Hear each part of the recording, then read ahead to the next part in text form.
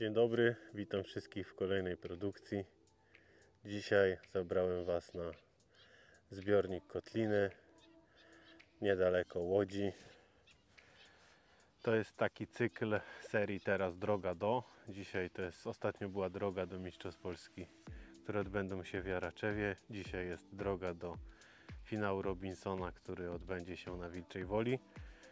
Udało się w ciągu roku zdobyć kwalifikację na finał, który odbywa się tam pod koniec września, więc jesteśmy właśnie na takim zbiorniku, który bardzo jest bliski charakterystyką do tego jeziora Maziarnia w Wilczej Woli, na którym odbędzie się finał Robinsona. No ja jestem z Łodzi, więc mam około 4 godziny do Wilczej Woli, więc nie mogę sobie pozwolić na trenowanie na jeziorze Maziarnia, na łowisku finałowym, ale no blisko miejsca zamieszkania szukam zawsze takiego alternatywnego łowiska o podobnej charakterystyce, o podobnym rybostanie i staram się jak najbardziej odtworzyć zestawy, sposób łowienia, tak jak mniej więcej taką jaką mam koncepcję. Jeszcze jest ponad miesiąc do finału, ale już mniej więcej myślę jak będzie to łowienie tam przebiegało. Byłem tam w zeszłym roku, więc mam jakieś wnioski i teraz jest taki okres właśnie treningowy, gdzie sobie przyjeżdżam na zbiornik Kotliny. To jest chyba już moja 3. czy 4. wizyta w ciągu ostatnich kilku tygodni tutaj na tym zbiorniku i właśnie trenuję sobie tutaj przed finałem. Dużo jest pytań pod filmikami o wędki, o żyłki, więc żeby nie odpowiadać w komentarzach, choć oczywiście zachęcam do zostawienia komentarzy, to od razu opowiem na wstępie, jaką wędką, jakim zestawem będę dzisiaj łowił. To też jest taki protip, ja zawsze przed łowieniem rzucam sobie po prostu wędkę, żeby plecionka się namoczyła. Na tych płytkich zbiornikach bardzo często jest problem z tym, żeby odpowiednio szybko zatopić plecionkę, dobrze ją ułożyć i być gotowym do odczytywania brań z naszej szczytówki. Więc takim dobrym sposobem na to, żeby troszeczkę pomóc tej plecionce, jest jak najmocniejsze jej nawilżenie. Plecionka nie ma jakichś oczywiście super właściwości sorpcyjnych, czyli wciągania wody, ale jak jest ona troszeczkę wilgotniejsza, to przyspiesza to, mam takie wrażenie, delikatnie przyspiesza tonięcie plecionki. Co więcej, unikamy też tego, że ze szpuli wyleci nam duży fragment plecionki i stworzy nam się tutaj taka pajęczyna. Jak plecionka jest wilgotna, praktycznie to ryzyko jest zniwelowane do minimum, także warto zawsze przed wykonywaniem pierwszych rzutów sobie zwilżyć plecionkę, czy to spryskiwaczem, czy po prostu oblać jej wodą, dać jej chwilę i to na pewno pomoże. Dobrze, no wędkę jaką dzisiaj wybrałem do łowienia, dystans 44 metry, wiatr boczny, który jeszcze dodatkowo tutaj na brzegu go tak nie czuć, ale tam właśnie za 30 metrem on się troszeczkę rozpędza, będzie powodował znoszenie koszyka, więc trzeba mieć odpowiedni sprzęt, żeby odpowiednio naładować zestaw, żeby on w końcowej fazie lotu nie uległ właśnie znoszeniu. Nie ulegał znoszeniu gdzieś tam na boki, więc do tego celu trzeba mieć mocną wędkę, żeby odpowiednio zestaw naładować i żeby on do tego 44 metra doleciał, więc w moim przypadku jest to wędka Browning Sphere medium 3,90 do 80 gramów, kołowrotek taki wielkości 6000, plecionka 0,08 z przyponem strzałowym około 8 metrów tego przyponu strzałowego z żyłki 0,26. Tutaj używam żyłki Prestona federowej o takiej ciemnozielonej barwie. Bardzo dobra jest do robienia przyponów strzałowych, przynajmniej mi się sprawdza. Używam średnic od 0,23 do 0,28. A co warto jeszcze powiedzieć?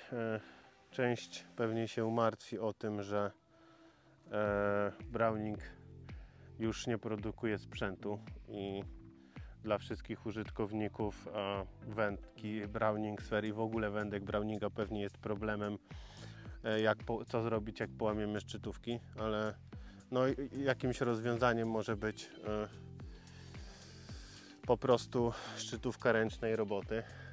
Ja mam taką szczytówkę tutaj, nie wiem, czy się uda to pokazać, ale ja mam szczytówkę, którą zrobił pan Drewniak specjalnie na zamówienie do Browninga. Wszystko tutaj pięknie siedzi do tej wędki. Łowię tymi szczytówkami już 5. czy 6. raz i powiem szczerze, że no to jest takie usprawnienie do tej wędki, bo to jest coś w oryginalnych szczytówkach, czego nie mamy, a te szczytówki właśnie powodują, że czasami możemy wygrać zawody. Po prostu widać na tych szczytówkach więcej brań, więc gdyby ktoś się zastanawiał, co zrobić, jak skończą mu się szczytówki, to na pewno można napisać do pana Tomasza. Jak znajdzie chwilę, to pewnie takie szczytówki wykona. Łowienie dzisiaj będzie proste. Mam zanęty trochę, czystej zanęty, odrobinkę jokersa, około 150 ml. Tyle samo kastera i dużo pinki, ale to oczywiście wszystkiego nie zużyję. Żywa pinka we wszystkich kolorach. Bardziej się dzisiaj będę skupiał na tym, żeby precyzyjnie rzucać, trafiać zawsze w to samo miejsce. Będę łowił koszykami typu window i typu właśnie takimi roketami, zależnie od tego, co się będzie działo. Zapraszam na film, mam nadzieję, że uda się złowić kilka ryb. Cel jest dzisiaj ambitny, złowić 50 leszczyków. Nie jest to takie proste, bo w łowisku nie ma ich tak dużo. A poza tym są też skarłowaciałe, więc nie będą to jakieś ryby porażających wielkości, no ale mam nadzieję, że uda się kilka pokazać. Zapraszam. Minęło 45 minut, mam 7 leszczyków. Nie jest to jakieś zabójcze tempo dzisiaj, ale tego się też spodziewałem. Jeszcze tam na brzegu są jakieś zawody spławikowe, więc dodatkowa presja. To łowienie dzisiaj jest bardzo finezyjne, bardzo techniczne przy użyciu niewielkich haczyków, może nie rozmiarowo najmniejszych, natomiast z cienkiego drutu. Dzisiaj łowię haczykiem rozmiaru 16. A przynęta na haczyku to są dzisiaj tylko i wyłącznie pinki, bo nic innego nie mam ze sobą. I brania są bardzo delikatne, co jest ważne w takim łowieniu właśnie leszczyków, niewielkich leszczyków z takich powiedzmy średnich odległości. O, jest rybka 40, bo dzisiaj łowimy 44 metry, jak wspominałem we wstępie. Na takim wietrze przede wszystkim precyzja, dlatego ja też troszeczkę dłuższa wędkę dzisiaj, bo normalnie taki dystans można by było osiągnąć wędką 3,30 czy 3,60. Ja dzisiaj 3,90, żeby nie mieć wątpliwości co do tego, że ten zestaw będzie trafiał w to miejsce, gdzie chcę. Co więcej, łowiąc na płytkiej wodzie, tak jak tutaj,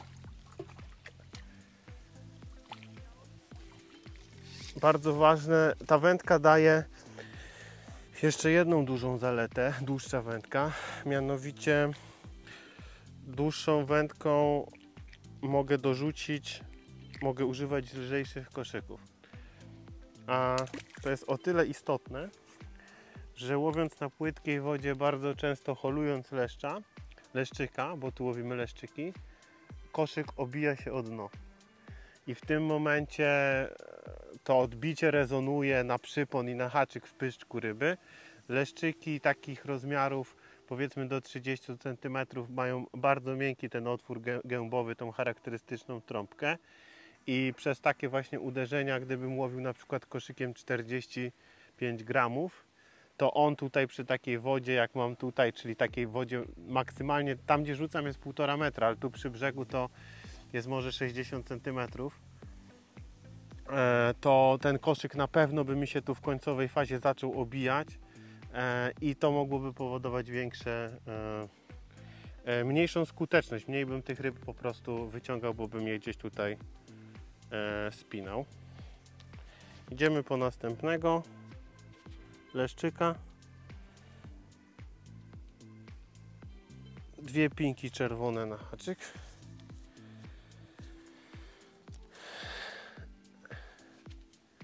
Do koszyczka odrobinę jokersa. 2-3 kastery. I czopujemy zanętą. Koszyczek window feeder, rozmiar medium 30 gramów. To jeszcze dodatkowo wstaje, bo mam za sobą taką skarpę, żeby przy rzucie nie zahaczać. Mocny boczny wiatr, więc ten rzut trzeba odpowiednio wykonać. Hamujemy zestaw i co tutaj jest kluczowe? Hamowanie zestawu, jeżeli mamy boczny wiatr, musi się odbyć z ułożeniem wędki pod falę, pod ten wiatr. Dlatego, że wtedy plecionkę mamy od razu po tej stronie i kiedy ją naprężamy, to nie musimy zwijać tego balona.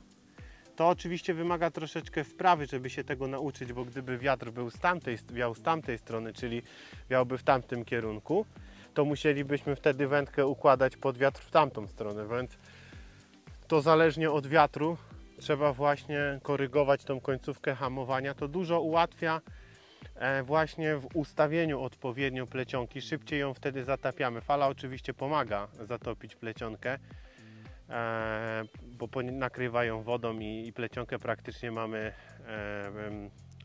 pod powierzchnią i o to nam właśnie chodzi. Ustawiamy odpowiednią szczytówkę, no i czekamy na branie. Ja dzisiaj używam bocznego supportu, dlatego że jest sporo obcierek, te małe rybki biją w koszyk i chcę po prostu uniknąć zacinania obcierek. Nie chcę tracić, gdzieś tam zacinać tych ryb za boki. Chcę zacinać tylko i wyłącznie mocną taką sygnalizację, kiedy jestem przekonany, że ryba ma haczyk z przynętą w pyszczku, a nie zacinać obcierki. O.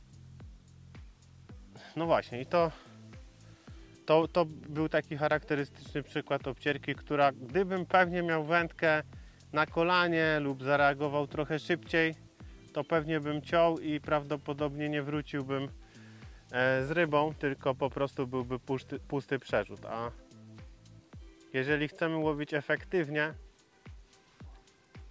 znowu obcierka, i za każdym razem wracać z rybami, no widzicie? I to, co wspominałem, małe leszczyki, więc miękki otwór gębowy, nie ma co też tego holu forsować. I co więcej, tutaj z takich technicznych rzeczy jeszcze przy tym holowaniu, nie zalecam takiego pompowania charakterystycznego, dlatego że po prostu najzwyczajniej w świecie rozciągamy tym rybom ten delikatny otwór gębowy i one często się wypinają. Takie spokojne zwijanie w takim tempie, jakim ta ryba nam się daje prowadzić, jest dużo skuteczniejsze w połowie takich leszczyków niż właśnie takie pompowanie.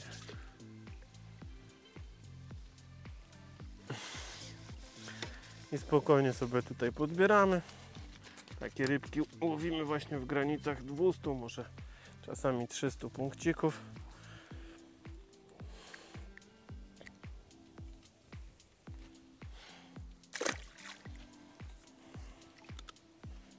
Także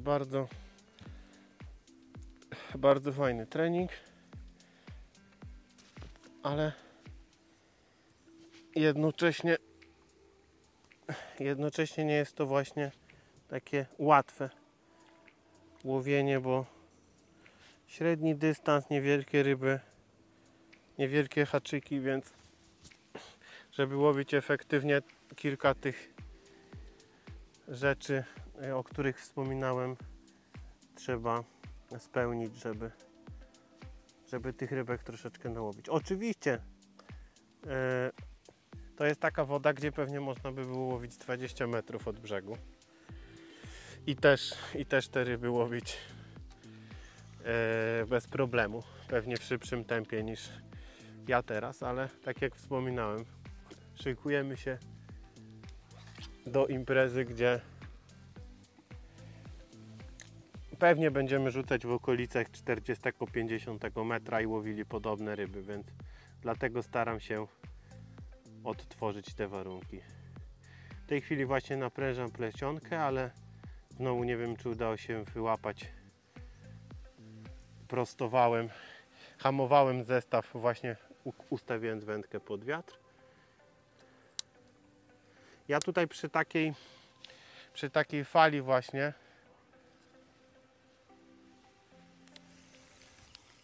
czy coś mamy?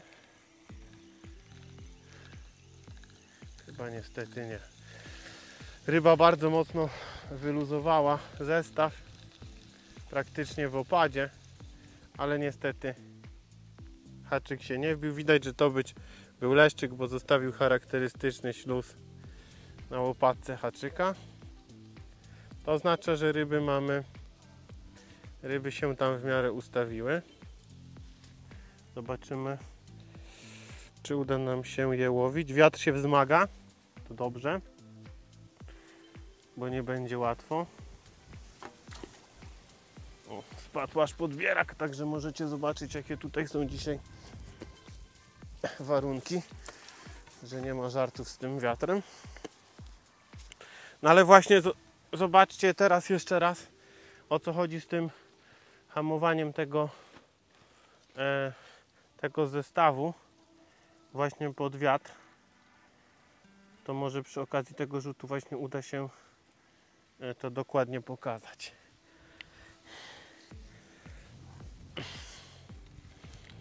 Oczywiście, żeby takie rzuty też precyzyjnie wykonywać, praktycznie całe ciało musi być ustawione na punkt, który sobie wybraliśmy na drugim brzegu, czyli nasz tak zwany marker. Ten rzut wtedy wychodzi precyzyjnie i nawet ustawienie stóp, to się może wydawać śmieszne, ale całe ciało musimy mieć skierowane tak naprawdę w to miejsce, które chcemy zarzucić. Ładujemy, zarzucamy i widzicie, wiatr wieje z tamtej strony, więc wędkę kładziemy nisko w tamtą stronę i naprężamy plecionkę.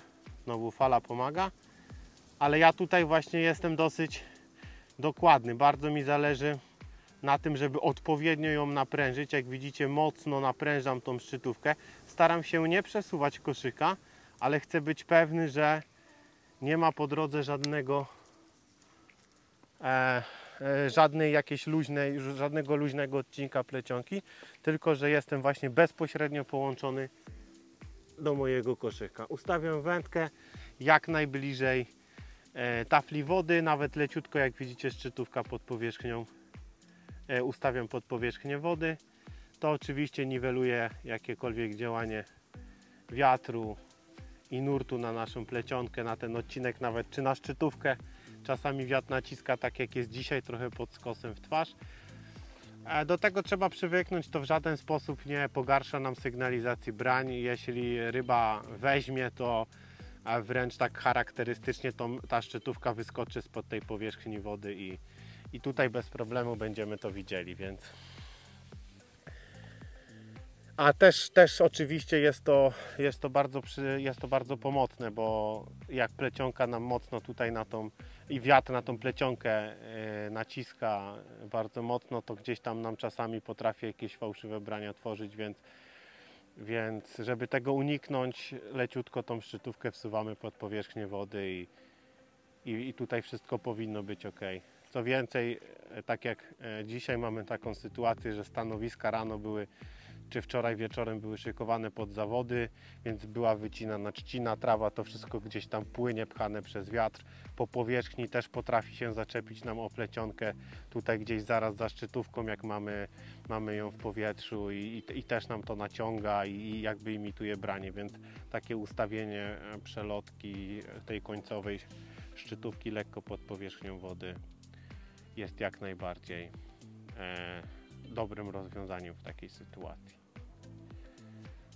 Minęła godzinka, 9 sztuk. Cały czas są jakieś tam obcierki, więc wierzę, że tam rybki są.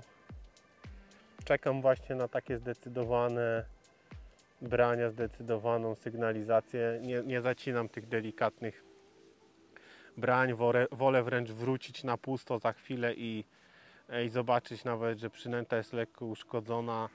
Wtedy być może można kombinować z rozmiarem haczyka, z długością przyponu. Może o tym powiem w późniejszej fazie łowienia, jeżeli będzie potrzeba zmiany przyponu. Bardzo fajne teraz branie. Leszczyk i to, co właśnie mówiłem, nie pompuje ryby, tak? Czyli swobodnie, takim tempem, jakim ryba pozwala się zwijać. Tutaj w razie czego, o niestety ta spadła. Także widzicie, nawet ta metoda nie jest w 100% skuteczna. Widocznie zaciąłem, może zacięcie było troszeczkę za wcześnie, może za późno. Nie zawsze jesteśmy w stanie wyjąć wszystkie ryby. Ale za chwilę wrócimy po następną. Mam nadzieję.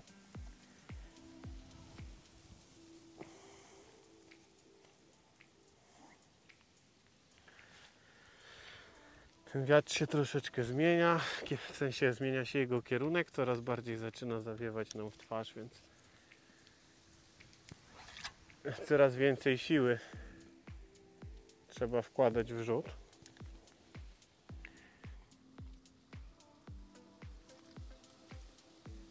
I powtarzamy ten proces naprężania plecionki, upewnienia się, że tutaj jesteśmy już połączeni z naszym koszykiem. Już jakieś branie.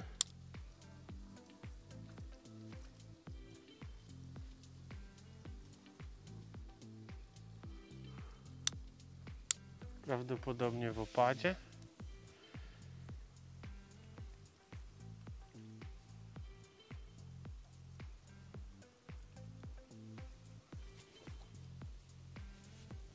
No niestety pudło.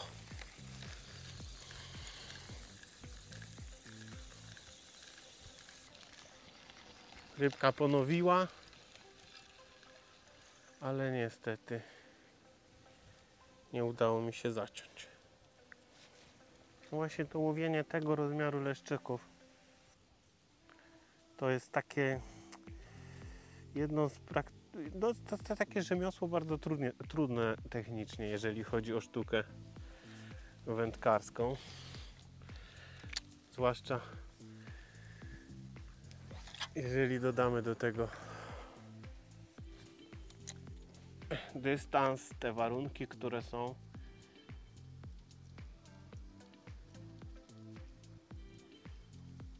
Ale no nie pozostaje nam nic innego, jak po zepsutym braniu po prostu powtórzyć proces. Cały czas utrzymywać precyzję i spróbować łowić kolejną rybę.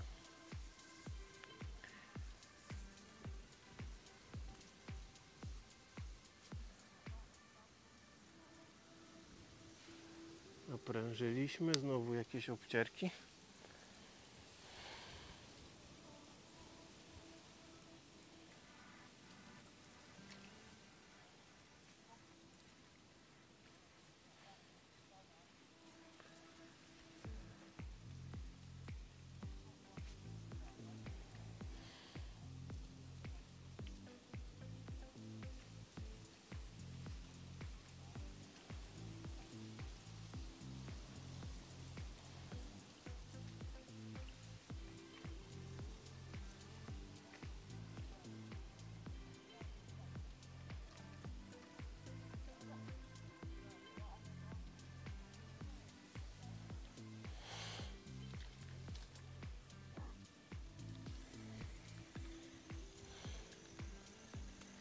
Właśnie, teraz ten hol, który chciałem Wam pokazać, czyli nie pompuję rybę, tylko takim tempem, jakim ryba pozwala mi się zwijać.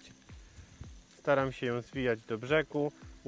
Wędka ustawiona tak prostopadle do ryby, po to, żeby jak ryba będzie chciała nam odpływać, czy zacznie walczyć, to tutaj będziemy mogli bez problemu popuszczać i wędka też będzie te wszystkie odjazdy ryby wtedy amortyzowała. O, ten to malutki leszczyk, nie będziemy go podbierać.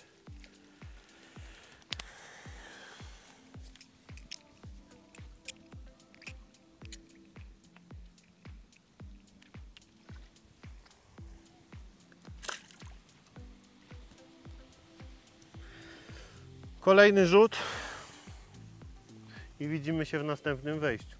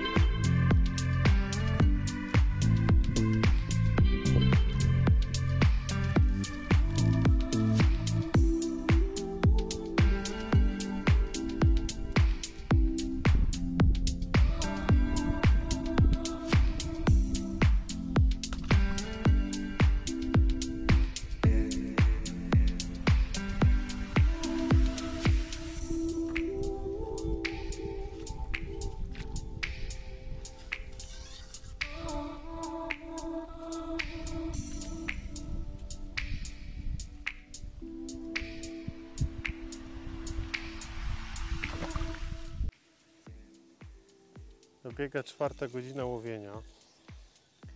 Mamy 34 ryby, w tej chwili holujemy 35. Prawdopodobnie znowu jest to leszczyk.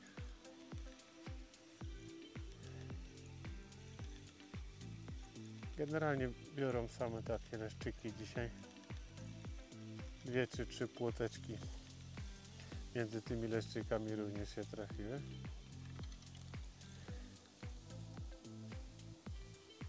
Ten chyba jest podpięty dodatkowo, nie, o,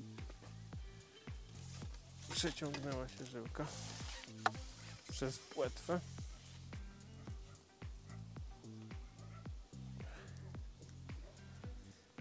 I zacięty był pod otworem gębowym, dlatego tak dziwnie szedł.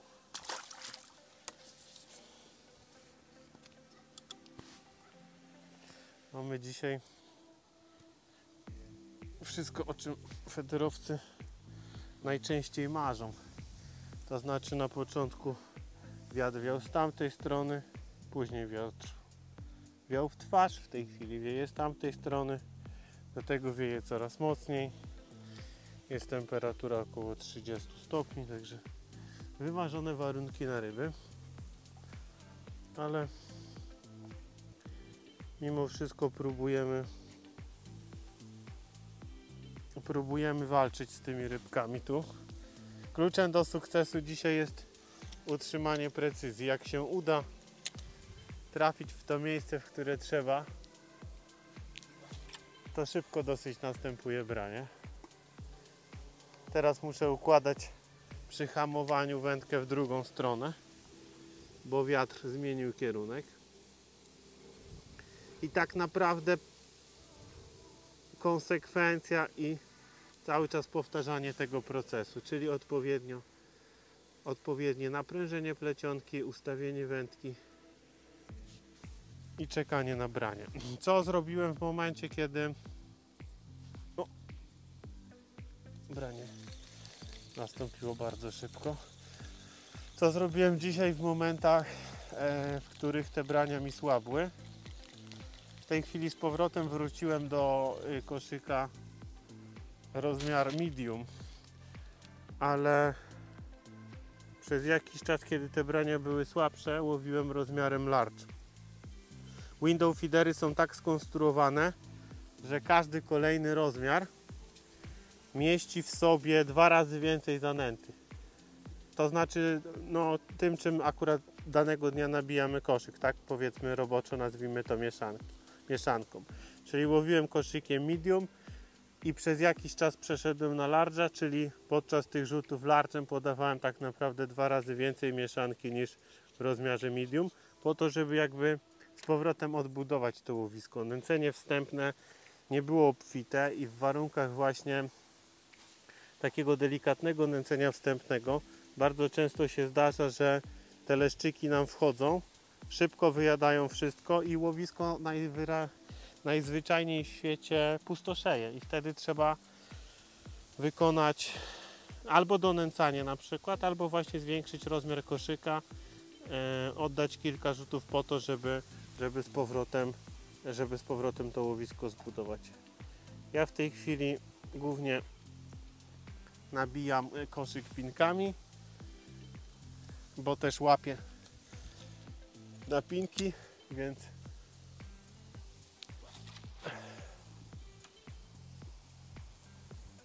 chcę tę przynętę, którą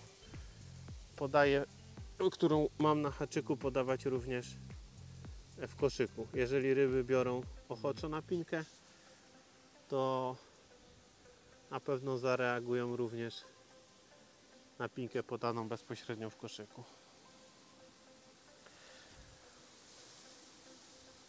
Gdyby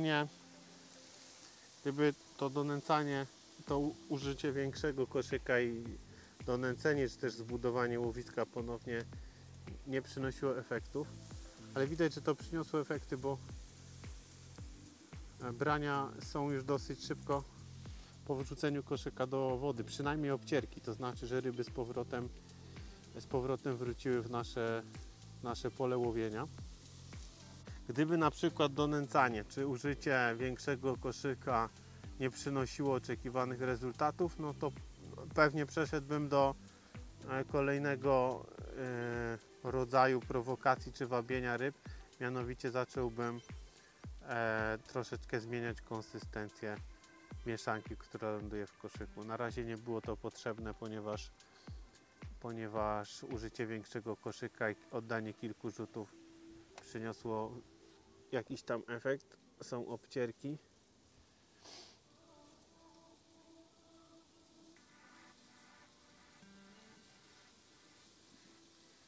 Może uda się złowić kolejnego leszczyka.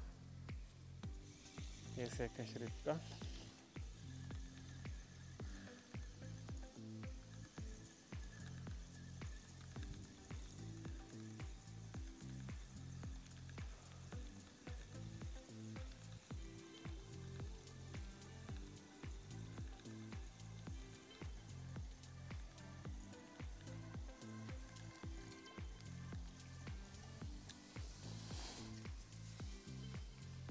O, proszę bardzo.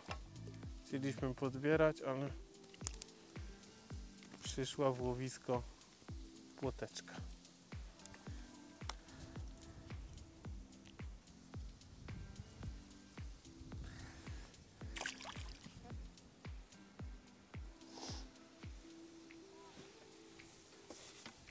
Przed nami jeszcze ostatnia godzina łowienia. Zobaczymy, co się wydarzy.